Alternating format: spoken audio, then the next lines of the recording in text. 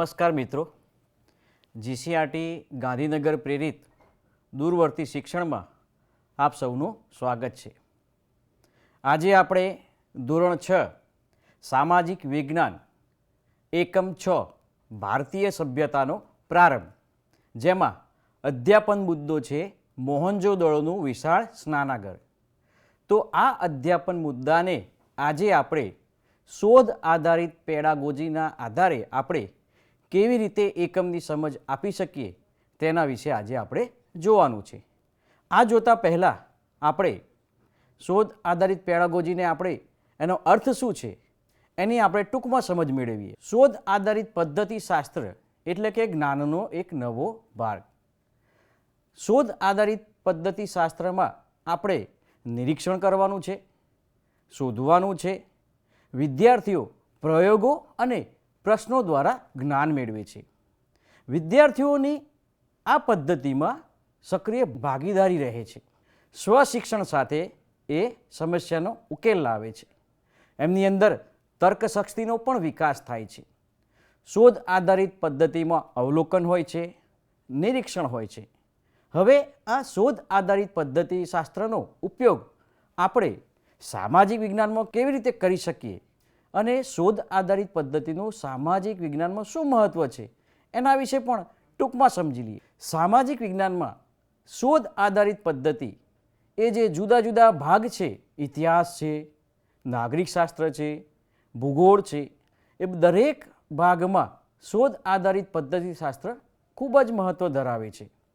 મિત્રો, આપણે જાણીએ છીએ કે સામાજિક વિજ્ઞાન વિષય વસ્તુ સાથે સંકળાયેલો છે, એટલે પેડાગોજીનું ખૂબ જ મહત્ત્વ સામાજિક વિજ્ઞાન વિષયમાં રહેલું છે અને એમાં પણ શોધ આધારિત પદ્ધતિ એ તો ખૂબ જ મહત્ત્વ ધરાવે છે। ઇતિહાસ લઈ લો, ભૂગોળ લઈ લો, નાગરિક શાસ્ત્ર લઈ લો, દરેકમાં તેનો ખૂબ જ ઉપયોગ રહેલો છે। બાળક પોતે અવલોકન કરે છે ત્યારે વિષય વસ્તુ જીવંત બને છે। શોધ આધારિત પદ્ધતિ એ પાઠ્યપુસ્તકને જીવંત બનાવે છે। બાળકની અંદર તાર્કિક વિચારસરણીનો વિકાસ થાય છે, નિષ્ક્રિયતા દૂર થાય છે અને રસ વધે છે। બાળકની સામાજિક જવાબદારી એ જવાબદાર નાગરિક બને છે અને આપણા પ્રિય એવા ગીજુભાઈ બધેકાએ પણ કહેલું છે કે બાળક એ પોતે એક સંશોધક છે।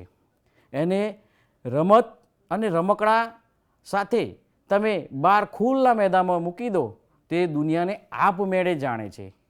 તો ચાલો આજે આપણે આ શોધ આધારિત પદ્ધતિનો ઉપયોગ આ એકમમાં કેવી રીતે કરીએ એનું એક સરસ મજાનું ઉદાહરણ આજે આપણે જોવાનું છે। તો આપ સૌ મિત્રો તૈયાર છો ને? તો ચાલો મોહનજોદડોના સ્નાનાગર વિશે આજે આપણે શોધ આધારિત પદ્ધતિથી આ મુદ્દાને આપણે સમજ મેળવીશું।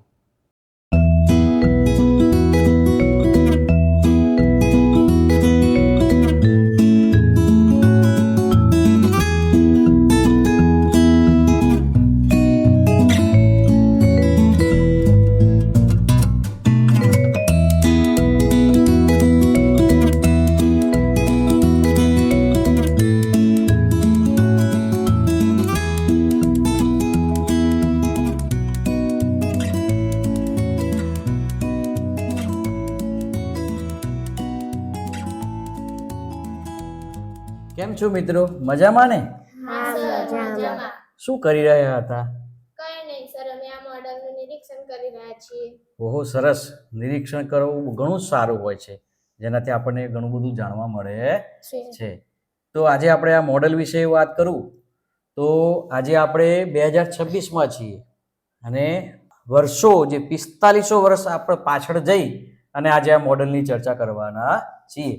આ મોડલ છે એક પબ્લિક સ્ટ્રક્ચર, એટલે વિશ્વનું સૌથી જૂનામાં જૂનું પબ્લિક સ્ટ્રક્ચર માનવામાં આવે છે। આ મોડલમાં તમે બીજું તમને શું જોવા મળે છે? સર, આ તો કોઈ મોટો સ્વિમિંગ પુલ જેવો લાગે છે। હા, આ કોઈ સામાન્ય સ્વિમિંગ પુલ નથી, આ તો છે મોહનજોદડોનું વિશાળ સ્નાનાગૃહ। તો આજે આપણે આ સ્નાનાગૃહ વિશે આપણે જાણવાનું છે। વાહ, અમને મોહેન્જો-દડોના સ્નાનાગર વિશે જાણવા મળશે એવું ને સર? 100% સરસ। આજે આપણે મોહનજો-દડોના સ્નાનાગરના બાંધકામ વિશે જાણીશું અને તેના ઉપયોગ વિશે પણ આપણે જાણીશું। હવે આપણે જો આ સ્નાનાગૃહના બાંધકામ વિશે વાત કરીએ તો આ જે સ્નાનાગૃહ છે એની જે લંબાઈ છે એ લંબાઈ 12 મીટર છે અને એની જે પહોળાઈ છે એ પહોળાઈ 7 મીટર છે. એટલે સ્નાનાગૃહની લંબાઈ 12 મીટર અને પહોળાઈ 7 મીટર છે. હવે તમે જુઓ, આપણા ઘરે આવો કોઈ કુંડ હોય અને કુંડમાં પાણી ભરીએ તો શું થશે? સર દિવાલોમાં પાણી ભરાશે તો ભેજ તો લાગશે જ ને. હા, પાણી ભરીશું તો પાણી આજુબાજુ જશે, ભેજ લાગશે. પણ તમે વિચાર કરો, સિંધુ હડપ્પીય સભ્યતાના લોકો કેટલા બધા બુદ્ધિશાળી હતા. એમણે એ સમયે આ જે સ્નાનાગૃહ છે એ સ્નાનાગૃહનું જે તળિયું છે એ તળિયું ઈંટોનું બનાવ્યું હતું અને એ ઈંટોના તળિયા પર એમણે બ્યુટીમિન એટલે કે નેચરલ ડામર એનું પડ એમણે લગાવ્યું હતું. આ મોડલના એક ખૂણામાં તમે એક નીક જોવા મળશે. તો આ નીકની વ્યવસ્થા શા માટે હશે? હું કહું સર, હા બોલો ને ઉષાબેન. ગંદુ પાણી બહાર કાઢવા માટે ને સર. હા, સરસ. તો એ સમયે ગંદા પાણીને બહાર કરવા માટે અને નવા પાણીને આ સ્નાનાગૃહમાં ઉમેરવા માટેની વ્યવસ્થા એ સમયમાં પણ એવી વિશાળ વ્યવસ્થા જોવા મળે છે. સમયાંતરે આ સ્નાનાગૃહનું પાણી બદલવા માટે એ સમયે નીકની પણ વ્યવસ્થા છે. તમે વિચારો, એ સમયમાં ગટર વ્યવસ્થાનું પણ ઉત્તમ ઉદાહરણ આપણને મોહનજોદડોમાં જોવા મળે છે. સમયાંતરે પાણી બદલવા માટે, ગંદા પાણીને બહાર કરવા માટે, નવું પાણી ઉમેરવા માટે આ એક સુંદર વ્યવસ્થા. તો એને કહેવાય છે વોટર પ્યોરિફાયરની સિસ્ટમ એ સમય પણ આપણને જોવા મળે છે. આજથી 4500 વર્ષ પહેલા વોટર પ્યોરિફાયરની સિસ્ટમ આપણને જોવા મળે છે. મને એક પ્રશ્ન થાય છે, આ નાની નાની ઓડિયો શા માટે બનાવવામાં આવી છે? સરસ પ્રશ્ન છે જયેશભાઈ તમારો. તો સ્નાનાગરની આજુબાજુ તમે નાની નાની ઓડિયો જોઈ શકો છો. તો એવું માનવામાં આવે છે કે સ્નાન કર્યા બાદ કપડાં બદલવા માટે આ ઓરડીઓનો ઉપયોગ થતો હશે એવું માનવામાં આવે. સૌથી મહત્વનો પ્રશ્ન એ છે કે મોહનજોદડોના દરેક ઘરોમાં પોતાનું પર્સનલ બાથરૂમ હતું, એટલે સ્નાનાગૃહ હતું. તો આવું વિશાળ સ્નાનાગૃહનું બનાવવાનો, નિર્માણ કરવાનો હેતુ શું હોઈ શકે? સર કદાચ રાજા અને તેના પરિવાર માટે હશે. એવું પણ હોઈ શકે. ના સર, કદાચ કોઈ મોટો તહેવાર હોય ત્યારે બધા સાથે મળીને સ્નાન કરવા જતા હોય, જેમ કે ત્યારે કુંભ મેળામાં થાય છે. એવું પણ હોઈ શકે. ભાઈ, તમારું પણ અનુમાન સાચું છે. તો આપણા જે પુરાતત્વવિદોએ છે એમણે જે સંશોધન બહાર પાડ્યું છે કે આ જે સ્નાનાગૃહ બનાવવાનો જે હેતુ છે એના વિશે એમણે 3 સંભાવનાઓ જણાવી છે. પહેલી સંભાવના એ છે કે આ જે જાહેર સ્નાનાગૃહ છે એ જાહેર પ્રસંગોએ ઉપયોગ થતું હશે. બીજી જે સંભાવના છે કે રાજવી અથવા રાજાઓના પરિવાર જે છે, રાજવી પરિવાર, એમના ઉપયોગ માટે આ સ્નાનાગૃહ હોઈ શકે છે. અને ત્રીજી જે સંભાવના છે કે ધાર્મિક વિધિઓના સમયે આ સ્નાનાગૃહનો ઉપયોગ થતો હશે એવું માનવામાં આવે છે. માત્ર આ સ્નાનાગૃહ એ માત્ર સ્નાનાગૃહ નથી, પણ આખા નગરની એકતાનું એક પ્રતીક છે.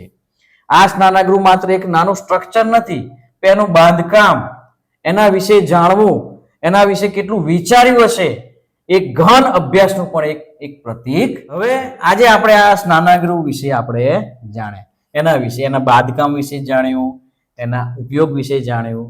હવે હું તમને કંઈક એના વિશે પૂછું તો તમે જણાવી શકશો? હા સર, ચોક્કસ. તો ચાલો હું સર્વપ્રથમ નીરવભાઈથી શરૂઆત કરીશ. તો નીરવભાઈ, મને એનો જવાબ આપો કે આ જે મોહનજોદડોનું સ્નાનાગૃહ છે, આ સ્નાનાગૃહનું બાંધકામમાં એની લંબાઈ અને પહોળાઈ કેટલી હશે? સર, આ મોહેંજો-દડોના સ્નાનાગરની લંબાઈ 12 મીટર અને પહોળાઈ 7 મીટર છે. સરસ. એની લંબાઈ 12 મીટર અને પહોળાઈ 7 મીટર. હવે મને પ્રિયાબેન તમે જણાવશો કે આ જે સ્નાનાગૃહ છે એના તળિયે કયો પદાર્થ લગાવવામાં આવ્યો હતો? સર સ્નાનાગરની તળિયે કુદરતી બ્યુટીમિન પદાર્થ એટલે કે નેચર ડામર લગાવવામાં આવ્યું હતું. વેરી ગુડ, સરસ. તો જ્યારે સ્નાનાગર આ બનાવવામાં આવ્યું હતું ત્યારે એની નીચે ઈંટોનું જે પડ હતું એ પડ ઉપર કુદરતી બ્યુટીમિન એટલે કે નેચરલ ડામરનું પડ લગાવવામાં આવ્યું હતું, જે એ સમયનું વોટર પ્રૂફિંગ સિસ્ટમની આપણને જાણ આપે છે. વિચાર કરો, આજથી 4500 વર્ષ પહેલા આપણા હડપ્પીય સભ્યતાના લોકો વોટર પ્રૂફિંગની સિસ્ટમથી જાણતા હતા. હવે જયેશભાઈ, મને તમે એ પ્રશ્નનો જવાબ આપજો કે આ જે સ્નાનાગૃહ બનાવવામાં આવ્યું હતું એની પાસે નાની નાની ઓરડીઓ શા માટે બનાવવામાં આવી હશે? સ્નાન કર્યા બાદ ઓરડીઓમાં વસ્ત્રો બદલવામાં ઉપયોગ થતો હશે. Very good. તો જ્યારે આ સ્નાનાગૃહનો ઉપયોગ થાય ત્યારે સ્નાન કર્યા બાદ વસ્ત્રો બદલવા, કપડાં બદલવા માટે આ ઓરડીઓનો ઉપયોગ થતો હશે એવું માનવામાં આવે છે. હવે ઉષાબેન, તમે મને જણાવો છો કે આ જે સ્નાનાગૃહ છે એ સ્નાનાગૃહમાં નીકની વ્યવસ્થા શા માટે કરવામાં આવી હતી? સર, નીકની વ્યવસ્થા ગંદા પાણીના નિકાલ માટે કરવામાં આવી હતી. વેરી ગુડ, સરસ. આપણે જો આગળ સમજ્યા જ કે જે આ સ્નાનાગૃહ છે એમાં નીકની પણ વ્યવસ્થા હતી. તમે વિચારો, એ સમયની સુંદર ગટર વ્યવસ્થાનું એક ઉત્તમ ઉદાહરણ આપણું આ સ્નાનાગૃહ છે. તો સમયાંતરે ગંદુ પાણી, સ્નાન કર્યા પછી ગંદુ પાણી બહાર કાઢવા માટે અને શુદ્ધ જળને ફરીથી ઉપયોગ કરવા માટે આ નીકની ખાસ વ્યવસ્થા આ સ્નાનાગૃહમાં કરવામાં આવી હતી. હવે ઉર્વશીબેન, તમે મને જણાવજો કે આ સ્નાનાગૃહનો ઉપયોગ શા માટે કરવામાં આવતો હશે એવું માનવામાં આવે છે? ઘરના વિશે 3 સંભાવનાઓ માનવામાં આવે છે. Very એક, good. જાહેર સ્નાન માટે ઉપયોગી. હા, 2, રાજવીય પરિવારો માટે ઉપયોગી. સરસ, ધાર્મિક વિધિઓ અને પ્રસંગો માટે ઉપયોગી. સરસ, સરસ. તો આપણા જે પુરાતત્વવિદોએ છે એમણે ઘણું બધું સંશોધન કર્યું અને એમણે 3 સંભાવનાઓ અહીંયા રજૂ કરી છે. એક તો જે આ સ્નાનાગાર છે એ જાહેર પ્રસંગો માટે, જાહેર સ્નાન માટે ઉપયોગી થતું હશે. બીજું, રાજાઓ અથવા રાજવી પરિવારોના માટે આ સ્નાનાગારનો ઉપયોગ થતો હશે. અને ત્રીજું, કે ધાર્મિક વિધિઓ અથવા પ્રસંગો વખતે આ સ્નાનાગૃહનો ઉપયોગ થતો હશે. તો આજે આપણે આ મોહનજોદડોના સ્નાનાગૃહ વિશે આપણે જાણ્યું. તમને મજા આવી ને? હા. આ મોડેલ થી આપણે સ્નાનાગૃહને જાણી શક્યા કે ના જાણી શક્યા? હા. એના વિશે આપણે વધારે જાણી શક્યા.